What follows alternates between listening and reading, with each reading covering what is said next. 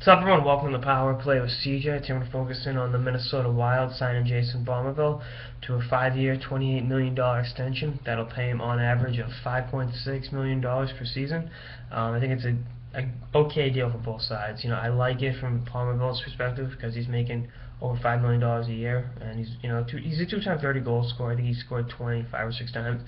Gives you a little bit of size in the top 6, which with the exception of Coyle, that's really they've got a pretty small top 6. Obviously, Koivu and Parisi aren't that big. Neither is Michael Granlund. But I just think he's going to fit long term with those guys. He's 30 years old, so he's got 1 year left on his deal.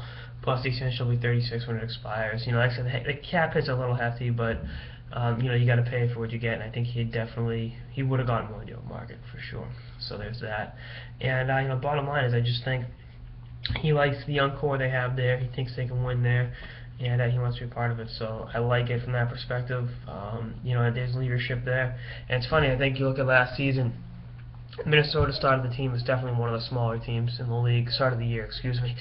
And then they went out, they call up Coyle, they trade for Michael Rupp, and then they trade for Pominville, so they definitely got bigger and tougher. I don't say tougher because Pominville's really not a fighter or anything, but you get a little size in your lineup, and that definitely I think helped propel them to the playoffs.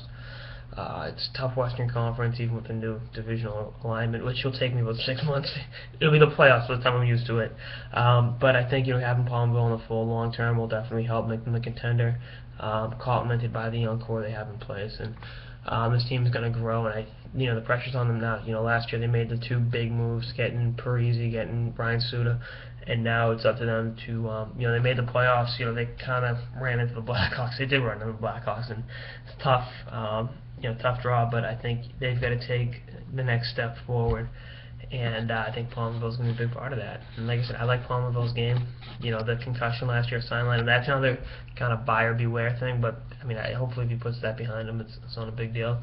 And I think having him in the fold also allows guys to develop at their own pace. You're not pushing guys into the deep end and telling them to swim in terms of younger players and giving them minutes that they may not be ready for.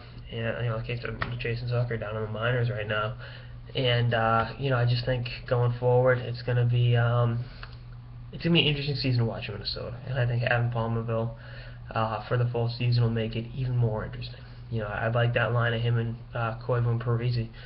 So we'll see what happens, and I'll be watching a big game tonight against Los Angeles.